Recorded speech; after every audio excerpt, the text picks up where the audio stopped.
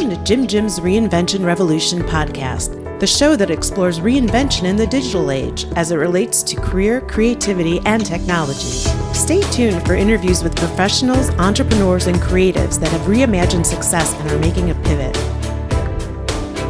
If you'd like to listen to the entire back catalog, visit JimJim'sReinventionRevolution.com for instant access. And now, here's your host, JimJim. Hi everybody, this is JimJim and welcome to episode 6 of JimJim's Reinvention Revolution podcast. And I'm sitting here with Seva, and we have quite a menu of things to go over today. We've got some entrepreneurship, digital marketing, driving for Uber. Wow, that's interesting. E-commerce and drop shipping, all kinds of stuff because Seva is, really living the digital life these days, having just recently come out of school a few years ago. So can't wait to dig into this with him because we've been trying to hook up on this for how long now? Like probably a couple of months. Quite a few months, yeah. Yeah. So, anyways, Seva, welcome to the revolution. Thank you, Jim. Thank you for having me. Thanks for being here. And like I said, we've been trying to hook up on this for a while, but I think we were scheduled to do it one day, and I don't know what happened, but you didn't show up because you were like your businesses are like couldn't make it, yeah, flopping around, and you had to probably go meet customers or something like that. That's the life. So what's been happening most recently? Like what?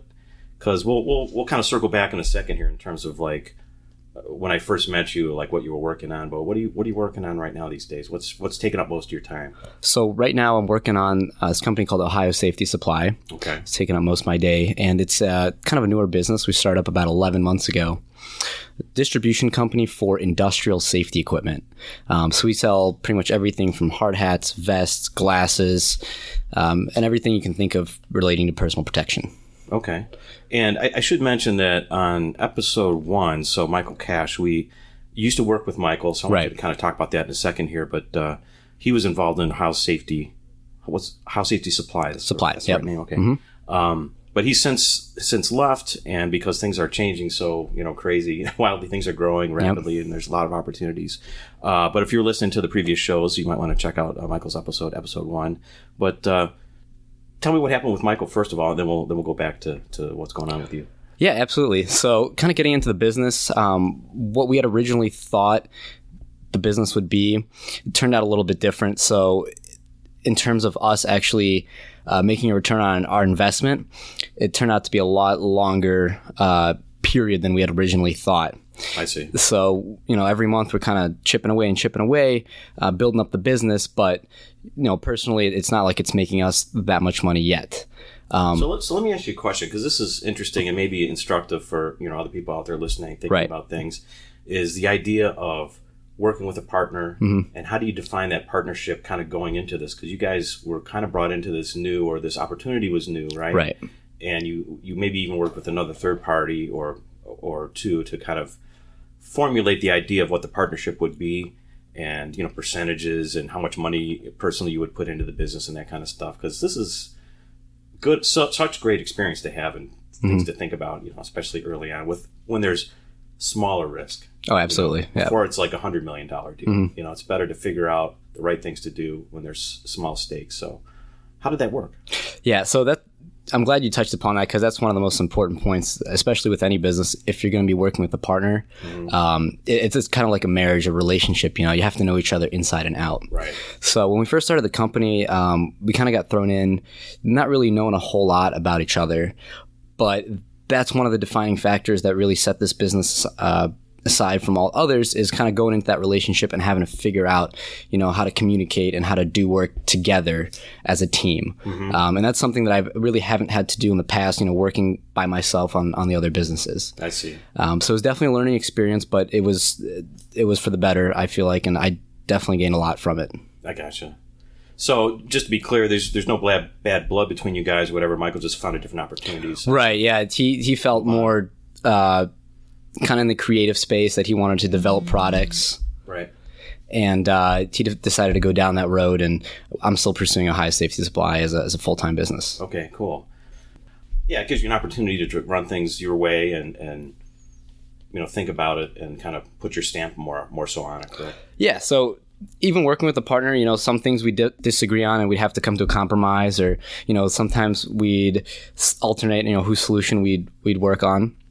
But now that the reins have been passed on, it's really up to me to make these big decisions. And that's really one of the main differences right now is kind of making those choices and knowing that on the end of the day, it's all on my shoulders. I see. Yeah. All right. So do you feel like that's like a much bigger weight? Are you more stressed out about it? Or are you like, you know what, this is a cool challenge and I'm going to figure this out? I definitely feel that there's a bit more weight on my shoulders. However, I'm definitely up for the challenge as well. And I love the opportunity that every day I can go in the office excited. And I know that every day I'm making an impact to build the business and to grow it and hopefully to get it one day where the business will be working for me. Right. And one thing I should say, like I kind of noticed kind of recently in the last couple of weeks, like a change we talked about the other day in you in terms of just getting in the office earlier, just being more focused because you're like, hey, like I'm really starting to get into this and I'm going to figure out how to do this and really make it happen. Yeah. So I should mention that how we know each other is that we're both working out of the Launchhouse right here in Highland Heights, Ohio, which is just outside Cleveland. For those listening around the world there. And it's a co-working space, and so it's been great in terms of having the opportunity to talk to many different people, see how many different businesses are run, kind of bounce off ideas off of each other and those type of things. And that's really how I first kind of ran into you in terms of remembering back when I first met you. Is I think you were working with Jay. You were sitting close to me. I just happened to be sitting close to one of your tables over there, working with one of the folks that works out of here. Either you were helping him with digital marketing stuff, and vice versa, he was kind of helping you with an earlier business that you had conceived, which I think is maybe still running. I'm not sure. You have to tell me about what's going on with it. So when I first met you, you were doing maybe a couple other different businesses. You were doing maybe drop shipping stuff and this digital marketing solutions business. So what? Yeah. So when we first met, I was working with my company Sev Solutions at the time, and we were a full service digital marketing agency. And at the time that I joined Launchhouse, we kind of started going down this sort of specialization. So we really started focusing on dental and medical practices and lead generation for these practices and building them a web presence.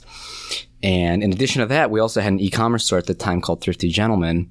And that was when I was getting in the whole Shopify dropshipping world. Right. And we were selling a whole range of men's fashion accessories, everything from shoes, watches, bracelets, shirts.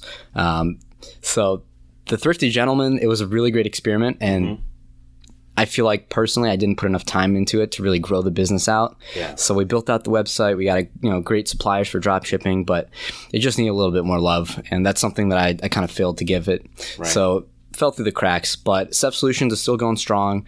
We're not really focused on dental and medical anymore, but our specialty right now is helping other businesses with e-commerce solutions. I see. So that's still rolling along. So you still have clients for that. You're still kind of looking at, obviously you can help anyone that needs some kind of digital marketing service, but are you targeting things now? Are you getting more sort of referrals for the clients you are working with, kind of developing a little more expertise within a particular industry, or still kind of just wide open in terms of projects you're working on? So really our main expertise right now is with retail and e-commerce. So kind of small to medium shops that are looking to gain an online experience or add an online store of or online channel of sales. Right.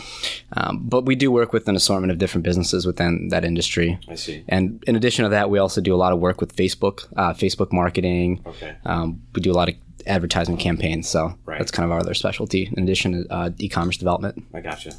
Awesome. So, yeah, I mean, it's kind of interesting, like the opportunities that are just presented are just kind of wild right now in terms of the digital space, I think, digital commerce, e-commerce space.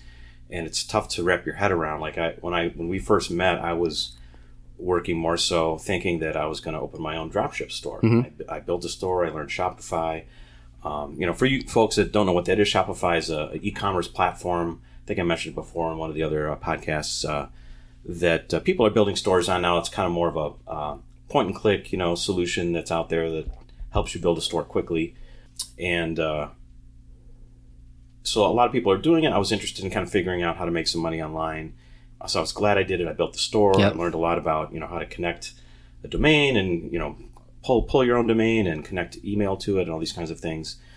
but I got so far into the digital world in that I discovered podcasting and how you can help market your store with podcasts and all these kind of things. And I just thought, like, wow, there's so much happening, so many interesting stories that I really just got turned on by the podcasting part for the moment. So I pivoted kind of from the from the drop shipping into doing the podcast here. And I probably will pivot again, maybe back into e-commerce, drop shipping, or something else. Hopefully, related. Keep podcasts as well. Yeah, marketing or whatever it might be, whatever might come out of it. So it's just kind of fun right now to explore, and that's really the point I was trying to get. It's long-winded to get to this point, I guess, but that I wanted to mention about kind of pivoting and trying different things, which I see you doing, and I think it's really great, especially at this young age, to kind of figure those things out, see what you like, see what you can learn from it, and see where you can gain traction. Yeah. So it sounds like Sev Solutions is it's going farther. You're more into it than you.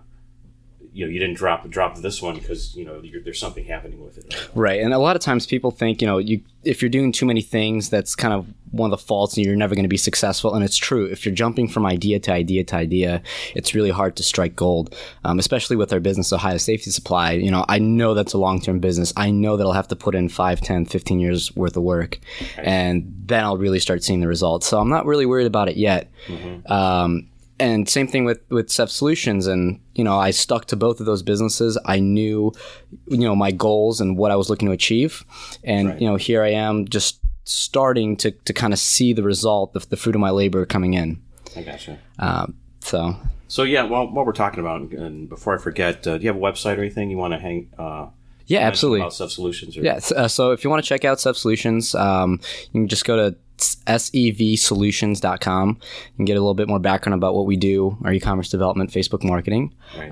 And for the other business, Ohio Safety Supply, it's just ohiosafetysupply.com. Gotcha. Cool. So now in thinking about this, like one of the things I was excited about when I came to Launchhouse and met you was, because I was just starting to learn about digital marketing, was that you have this background in it. So you actually studied some of these things in school. Tell me what did you study in school? Yeah, so how do you discover that? I actually started off doing website design and development probably as early as 13. I got involved. My uncle gave me some literature, some books on web design, and just kind of fascinated me. At 13?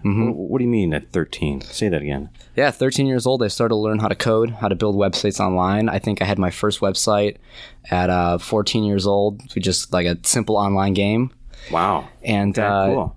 I kind of found a passion for building websites and just creating digital content in general.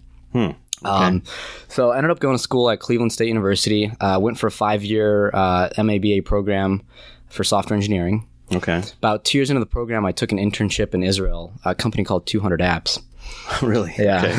That's funny. And it was over in Jerusalem, and I lived there for 2 months. And during my internship, I kind of started to realize that maybe software wasn't my thing. I was more into the management aspect and business and how things work and run. Although I still had a passion for code, I didn't really feel like that's something that I'd want to do, for the rest of my life. Okay. So getting back for this internship, I ended up switching my major to business administration. Okay. Over at Cleveland State. I see. And that's kind of where I learned a little bit, what I'm applying right now. Right. I see. But you have this a little more depth of understanding of the software side because you're good at it. Mm-hmm. Okay. So that foundation is really worked out for you. Right. But you're kind of discovering your other tastes or things that you like to do, what roles you like to play. So, okay, that's pretty cool. So that's why I need to keep talking to you, keep learning from you now that the podcast is up and running, and we'll figure out how to market it and move it forward somehow. Hopefully, everybody that's listening out there is getting something out of it, getting value out of it, and getting a glimpse into just all the things that are happening these days. Because I think this kind of stuff is what's harder to find. There's so much technical information on the internet and, information on how to use a piece of software and those kind of things. But people's experience, how to think about it, and the different business models that are popping up. I mean, that's kind of what's interesting, and how to maybe get yourself involved, how to go after them, kind of like finding places that maybe where you can go co-working a day a week or a couple days a month and meet some other people that think differently or that are out there doing other different businesses from you, that you can kind of leverage their knowledge or their energy or whatever it might be. So I mean, that's kind of part of what's fun to be here at Launchhouse, you know? Yeah, it's definitely the community. That's what makes it what it is. Absolutely. Right. So say that again. Okay, I just want to go over this one more time. So because we were just talking earlier before we started about these interns being here at the Launchhouse this summer. So it's summertime. It's July something 20th or something like that. Mm-hmm. And I think we have 2 interns. Maybe there's more running around. I got 3. Okay. Yep. I knew of at least 2 of them. And these are high school kids.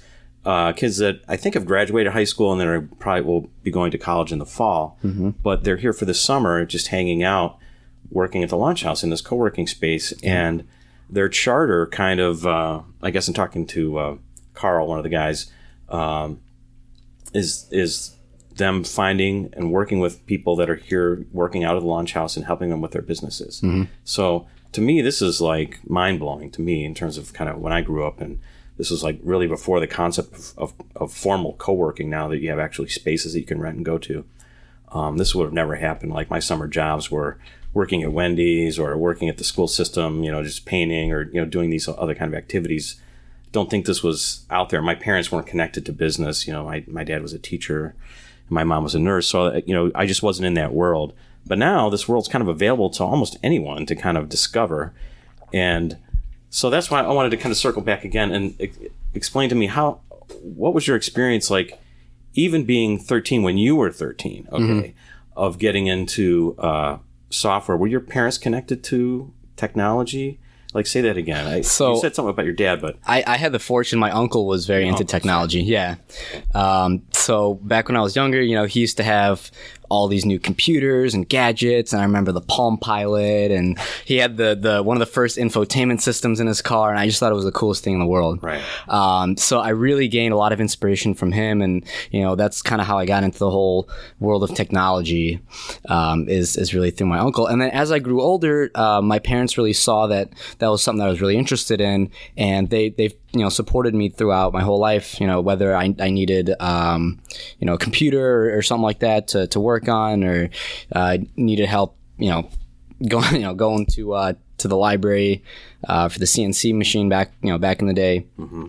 They're always there for me. So they had a CNC machine at your library? Not the library, sorry, the high school that we were at. The high school you were at. Mm-hmm. So you had access to that. Yep. Back then. Wow. Yeah, we had a whole robotics. Which is not that long ago, maybe 6-7 years ago. Yeah, we had a whole robotics program at our high school. So we had, you know, CNC machine, 3D printer, right. All these tools, and, you know, we could come down there and work if we needed to. So it was really cool. Wow, it really is a new day these days. Mm-hmm. It's crazy to me. Because, you know, I didn't see that kind of stuff until I really went to college, I would say. Yeah. And I just got to see it because I was a physics major. Mm-hmm. So, you know, I was technical and studying engineering. So I got to see all kinds of stuff pretty early on. And, you know, I'm still kind of in touch with a lot of the state-of-the-art stuff like that these days. But I felt I was lucky that I got to see it because of just the major I chose. Right. Now it's more common, just the average person could discover it early on if they just have an interest, even if they're, you know, an English major or something like that, or just into, you know, arts versus science or something like that. It's still kind of around. Yep. The access is closer. That's what was kind of blowing me away with watching these interns in terms of their concept of life and opportunity and business that they're learning at such an early age. I mean, you know, for people listening out there, like, get out there and figure these things out, you know. Yeah. Tell your kids about it, or tell your uncle about it, or whatever, vice versa, you know. Like, it's definitely a different age, you know. The kind of opportunities that people have in the internet age is completely different from anything else available in the history of the world, you know. Really, it really is. It kind of it does feel historic. Yeah. I mean, now you see kids 16, 17, 18 years old making millions of dollars off Shopify and Facebook ads. You know, yeah. You would have never thought of that happening in, you know, the history of the world. Right. But it really is happening. And it is. And speaking of that, another, you know, I guess modern kind of sharing economy kind of thing that's been going on out there is all these sharing services that have been popping up. And you're actually involved in one of them, which is like kind of blew me away, because it's like you're doing so much here on a daily basis, but you got this other side hustle going on. Yep. So tell me about that. What's going on? Okay, so you know what I'm talking about. A couple months ago, I got an email from one of my cousins who does driving for Uber. And they were having a So sign your up. cousin drives? My cousin drives. Oh, I for didn't her, know yeah. that. Oh, that's cool. And they were having a sign up bonus for new drivers. And I thought, hey, $350, why not? Sign it up. Wait, they give you $350 just for signing up? Well, that's what I had thought, right? Oh, that's a little, But little once you marketing. sign up and you go through the interview and they check your insurance and your car and all that, then they tell you got to give, what was it, like 60 or 70 rides first before you can claim that money. Oh, I see. Okay, so they want you to get some experience. They don't. Right. They're trying to kind of weed you out. They don't want to just have somebody show up and try to make a money grab. Right? Right. Then everyone would be. You want to find a real driver. Yeah. Makes sense. But nonetheless, I still tried it out for a couple of weeks just for fun. I ended up working Fridays and Saturdays just because the other days were kind of dead here in Cleveland, and it didn't turn out too bad. But just not something that I wanted to continue.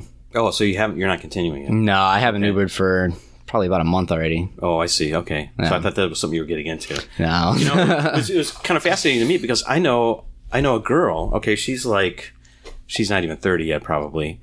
She's a musician I know, great baritone sax player, great clarinetist.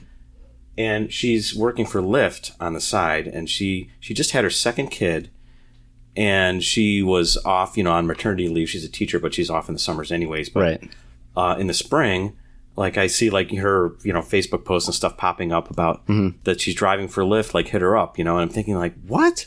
What am I seeing? This is like, I mean, just think how monumental this is to me. Maybe, again, to a young person or a contemporary person growing up in this environment, it may not seem such a leap. But to me, to think that a young woman that's got kids, that's got 2 children, okay, is going to be picking up strangers and driving them around at night, like on a Friday night when people are drunk and partying. It just seems like this would be so... kind of sketchy or dangerous or weird, but it's so common now that it's I guess that there is vetting obviously through the app and those types of things, and she's careful in terms of where she's taking people back to, and so you obviously have to stay out of sketchy neighborhoods and such like that, but that's just fascinating to me. I was just like, wow, I can't believe you're doing that. Yeah. And she's like, it's great. It helps her make extra money because she was, off of work anyways because she doesn't get a regular salary on maternity leave. So she's like, hey, it's a way to keep things rolling, and she's having fun with it. And since she's a mom, she's got like a big vehicle. So she was telling me that I guess you can make more money if you have a larger vehicle because it's like, extra large ride. You can take more people. So she can charge more, I guess. They have the different tiers, the her Uber Select, XL, and then the Black. Right. And Uber's undergoing like a big controversy right now. Their CEO, I believe he stepped down for a little bit, and then he ended up getting fired. So they're doing a whole reworking of the internal systems right now. That's right, yeah, because there was some kind of...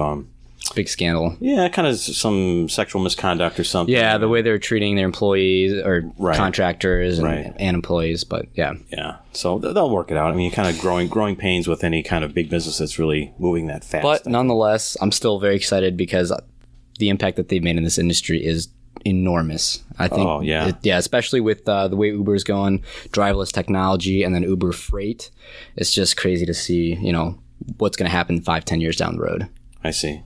Cool. I'm glad you mentioned Uber Freight there because this is one thing that was on my mind that when I got into drop shipping, which kind of put a damper on the niche I chose, was discovering things about shipping that was going to be difficult in terms of doing LTL shipping, so less than a load, where I wasn't going to be able to use FedEx and UPS, kind of the standard shipping stuff because the products were larger, et cetera. Right. So Uber has a shipping service now, or say that again? So it's a freight service? It's a freight service, right. So the point is when you have these big giant freight liners, the big freight trucks, I guess not really too into the industry, but from my understanding, it's a very confusing industry. I guess it's like difficult to set up these trips, and sometimes the drivers will be sitting there for a couple of days and just waiting for their new load. Yeah, working out the logistics to make it efficient is tough. So Uber's kind of going in there and automizing the whole process, trying to make it as streamlined and easy as possible for the end user and the client. So that's kind of where their play is in there. Yeah, and I think that's probably going to be a bit disruptive, obviously, to the regular shippers that have been out there. I'm sure some of the regular shipping companies are like, hey, we know how to do this, and they're efficient at it when they've been doing it, even though they've been doing it maybe by phone or email or some other way. Obviously Uber's going to probably bring some other layer of technology or app to play. But yeah, it is interesting. I thought maybe that you were even, in fact, for Ohio Safety Supply, maybe starting to use them. What kind of shipping do you use for the? You know what? We've been through so many different shipping services. So we do imports from Sweden and China, and then we ship pretty much nationally here. So we've used everything from DHL, FedEx, UPS, USPS. Okay, that's why I asked you, because I know like when you're running these type of online businesses, I mean, shipping's a big part of it. That's probably one of your bigger costs of your whole business, it is, right? Yeah. So how do you manage it? How do you figure out, how do you get a good rate? It's tough. When we first started out the business, we ran into a big problem because sometimes when we'd send out like one safety vest, for example, the cost of shipping would be more than the cost of the product. Right. And it wouldn't really make sense to ship it out. So, a couple months into business, we ended up working out a contract with UPS. So they take off a certain percentage off each shipment. Both nationally and internationally, so that way we're able to import inventory relatively cheaply and ship it out. Okay. But if it wasn't for that contract, we'd still be paying, way too much for getting some items across the state. So they've been pretty good so far. Then after no complaints. Figured that out. So that was just the growing pains of starting up and kind of figuring it out. Right. But I did come to realize that the real money is with those shipping companies, especially Amazon, for example, which does their fulfillment. I believe it's through UPS, if I'm not mistaken. Just imagining the load of, tens of thousands, millions of packages every single day. Right. I think Uber Freight has real potential there. Yeah, right. Exactly. So speaking of Amazon, do you use Amazon at all? Absolutely. Do you use fulfillment by Amazon as part of your business? So that's kind of down the roadmap. Probably in the next 6 months, we're looking to get a good portion of our inventory up on Amazon. Oh, really? Okay. And then... Well, you mean using actually their FBA service, right? That would be the next step after we get our products up on there. Okay, so maybe explain that, what the difference is and how you go about doing that, because I think this kind of idea is out there now and people are kind of trying to figure out what the pros and cons are. Right. So with Amazon, you have two fulfillment options as a seller. Okay. So either you could fulfill your own items, meaning I'll just list them on Amazon. Okay. And the order comes in, I'll package it up in my warehouse, put the label on it and ship it out to the customer. Okay. So essentially you're using Amazon to market your products, and there's this whole other, I guess, layer or world when you list your products on Amazon. And I think small businesses, independent businesses, I think it's sort of like a mixed bag when they do it, okay? Because it's fairly intense to put your products on there and figure out how to drive traffic to them, right? Because just putting your product on Amazon, it's nice that someone could search and have it discoverable in Amazon, but it's another thing in terms of having people really driving traffic to it, having large numbers of people buy through Amazon. That's a different thing, right? Right, yeah, and that's where Amazon SEO comes into play, and also Facebook advertisement, and actually just driving traffic to those products. Right. But the other end of the spectrum with Amazon, so you have FBA, which is fulfillment by Amazon. Okay. So meaning they'll actually... And so this is different category now. Right. Meaning they'll actually take your product and inventory it in their warehouse, and they'll handle all the logistics and fulfillment for you. So if a customer has a return, they send it back to Amazon. Amazon, handles the inventory and the stocking and all that stuff.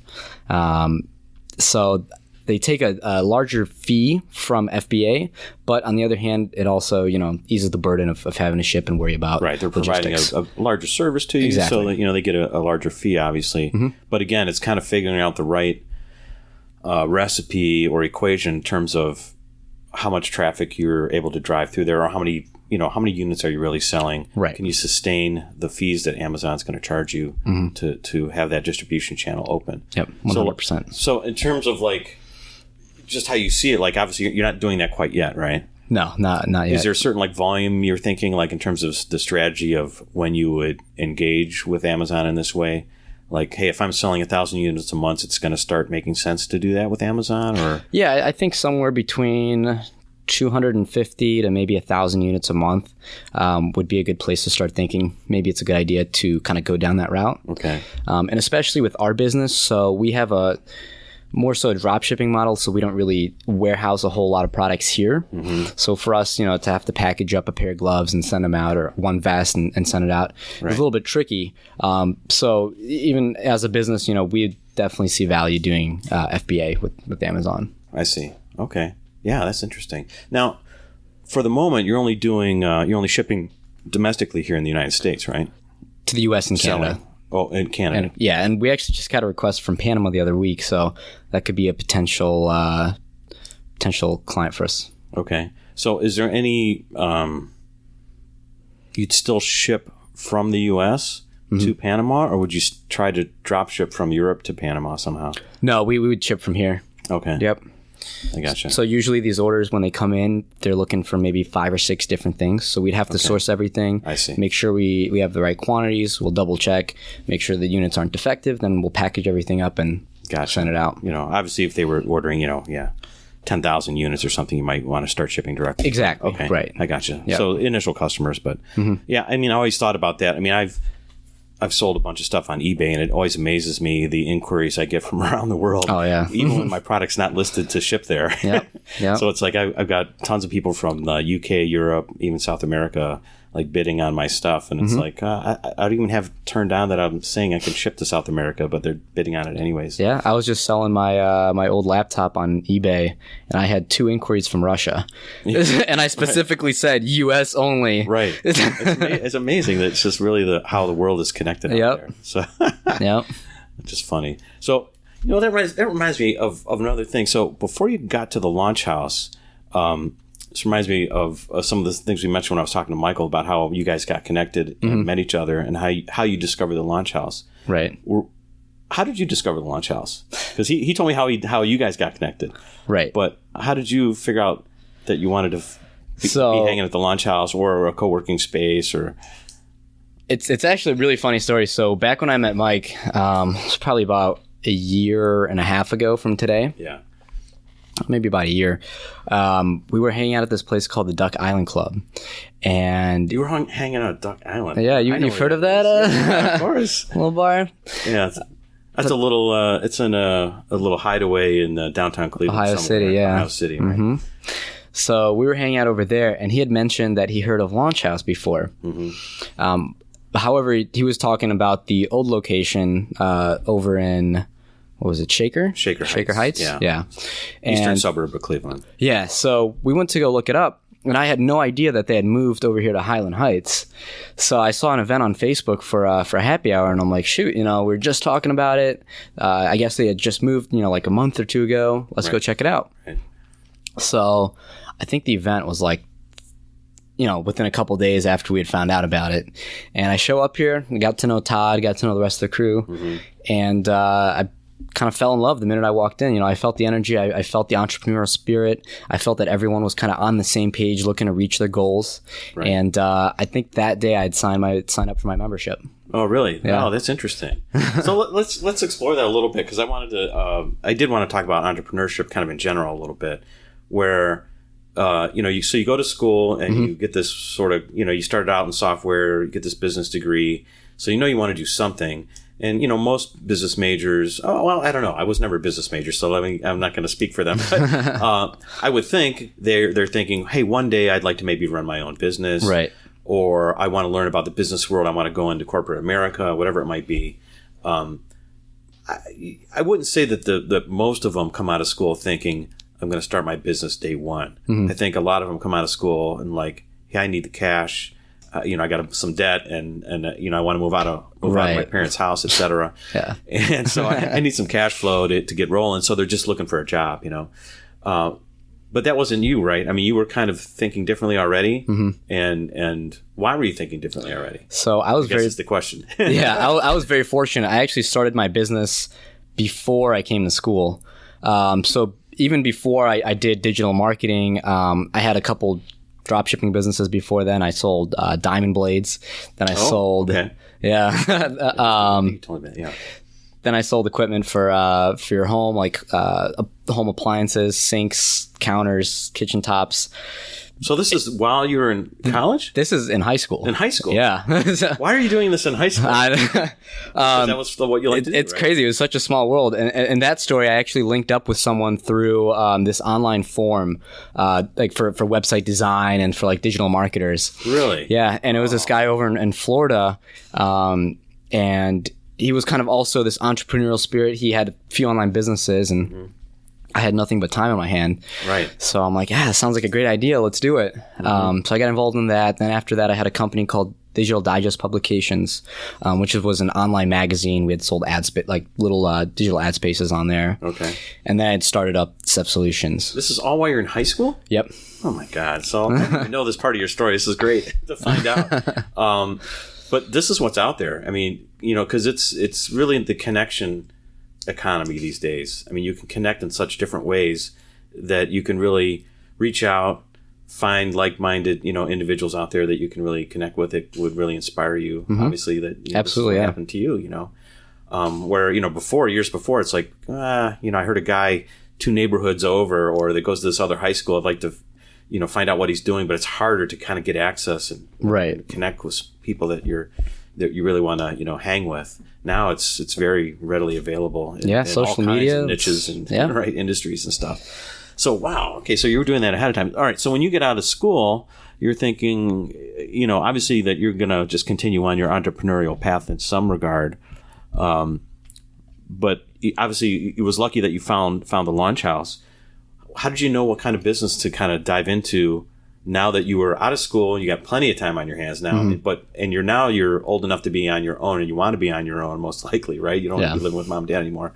How do you know what business to go into to really start making some money? What were you thinking? Because I remember when I first met you, you were kind of maybe a little bit just coming out of maybe trying a bunch of different things. Now it seems like you're kind of really got an on-ramp to some larger dollar things happening for you, Yeah. So when I'd come in here originally, like I said, I was working on Sev Solutions. It was kind of going in the direction of more patient generation for doctors and dentists. And, I wasn't getting a whole lot of success, kind of just penetrating the market with not a whole lot of prior experience in there. Right.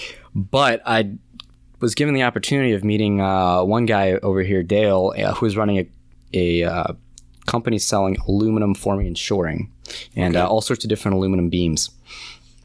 And one day we were just having a conversation. He mentioned to me that, aside from all these aluminum products, he's also getting requests for safety equipment.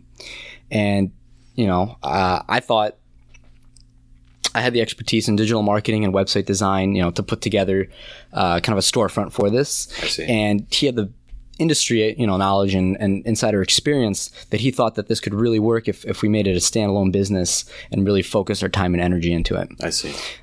So with the combination of events, the lead generation business not going too well and this opportunity being presented, I kind of saw it and I'm like, wow, you have to recognize something great when it's in front of your eyes, and this is kind of that opportunity that I saw. Right. I got to go take it. So from day one, I took it. I started running with it. We built the website, got the company together, and we've been working with it ever since. Right. Yeah, I really think I think you're really in a good zone, and the time is right to bring some new kind of energy to this kind of industry. Like it's an older industrial industry, but serving up the products on the new platforms and within the new digital world, and having the right, customer experience that is offered through these technologies now. I mean, it's going to make a big difference, I think. Yeah, that's definitely the big thing is a lot of the bigger safety companies aren't really moving along with the times. And that's, one of the places they're going to fail to realize, and what, they're going to question, why are we losing clients? It's because they're not serving them the right way. They're not providing a great customer experience, not providing an easy way to shop for products, to check out products, to track, Right. All that is kind of what we're trying to achieve right now. Right. Yeah. I mean, sometimes the vulnerabilities that can pop up, like in some of these older companies where, the management and the folks that have been there have been around a while, so they learned how to do business, maybe 20 years ago, and it's still viable. Those techniques don't go out of style in terms of face-to-face meetings and phone calls and just, offering good customer service. But the younger people that keep coming in after you, they do communicate in different ways. They are using different technologies. And, you have to realize at some point, like, as you age up, if you're not, staying abreast of the new technologies coming down the pipe, that younger people that are more versed in them, or it doesn't really, not age is not the thing, it's just people that stay versed in them are going to want to communicate in different ways. And you got to serve it up to them in the right way. Yeah. Even if you have a great brand or a great product, you got to serve it up to them in the right way. So absolutely. I still think that's important. So, but one thing I did learn in this business is the old ways are, still, they do still apply. Oh, so, absolutely. Every day we're still doing a bunch of cold calls, emails, face-to-face meetings, going after referrals. So, none of that stuff is dead, but we're also introducing this new, 21st century experience into the mix. Right. And that's what I think is really going to set us apart. Right. Totally. Yeah, because you were slamming the phones yesterday, I think this morning too, right? Every day, yeah, right. 100 cold calls. Right. So it still works, because it's like, the personal touch is still going to be there, but you just have to keep grinding and just keep understanding what's relevant that's out there. So you're getting into that. Like, let's think, 5 years down the road. How do you see things kind of playing out? You're growing. Ohio Safety Systems. You're going to grow Sev Solutions a bit. Is there anything out there that you're just kind of in the space of grinding those two out right now? Is there something else you would want to get into, or so it's too far ahead to think down the No, I usually try to think 5, 10, and 50 years down the road. Wow, that's 50. I'm kidding, but so not too long ago, I actually picked up this project called Edibly. Edibly, which that? It's with one of the guys who's also here at Launchhouse, Anthony, and Edibly, think of it as the Etsy for food. So it's an online marketplace to connect farmers and vendors with buyers. Okay. So basically the concept is, you can get fresh organic food delivered to your door directly from the farm. Okay. And what I came in that project, they had... Is this different? I mean, there's services out there that do this. There are. Like, there was this big announcement by Amazon buying Whole Foods, and what's the other big vendor that does this? Blue Apron. Blue Apron. Yeah. Is it similar to that, or is this a different concept from those kind of? So here's how it differentiates from those two. Okay. Blue Apron, their whole point is they put together these ready-to-cook meal prep boxes. Okay. So they have all the ingredients you need, along with a list on how to cook your meal. I see. So it's kind of like a meal in the box. You just gotta, put it in the oven. So that's Blue Apron. Amazon recently just acquired Whole Foods, which has been one of the bigger acquisitions, if not, I don't want to say the biggest this year, but it's up there. Okay. And their whole biggest in that space. Right. Yeah. Their whole point is to really start entering the market. How they'll do that, we'll see. Right. Our big differentiating factor is we're connecting the farmers directly with the buyers, with the customers. I see. Amazon's kind of acting as the middleman, where they're going to either warehouse the product or just source it and then sell it through them. Got it. So that's really our big differentiating factor. But what I'm doing right now is kind of redesigning the entire website, creating a new user experience. So now, you can shop via mobile, you can shop on your tablet. I see. And is this targeted regionally here in the Ohio area, or is it national? It's nationally. How are you doing? Nationally, yeah. So we have a big push here in Ohio, at least initially when we're kind of rolling this thing out. So this is Edibly version 2.0. Okay. But our goal is to really sell nationally. Got it. So it'll be just a transferable platform, and any local farmer can sign up, and local buyers can find them. And exactly. Think of it like an Edibly. Think of it like Etsy for food. Okay. Yep. Oh, cool. That sounds interesting. I had no idea this was going on. Yeah. So a lot of things happening here. Yeah. Cool. So all right. So that's something that's out there. Wow. That's pretty interesting. And I had no idea. So you have a lot of stuff going on. So yeah. Cool. I'm glad I asked that question, because sometimes I just want to kind of find out what other things are going on in people's minds, and whatever else they want to talk about. So we're going to wrap it up here soon, but before we do, let's hand out your websites again, just to remind people. So you have Ohio Safety Supply. Yep. So that's ohiosafetysupply.com. If you want to look us up on Facebook, look up Ohio Safety Supply. Right. And the other company, Sev Solutions, for digital marketing and e-commerce. It's just going to be sevsolutions.com. Okay.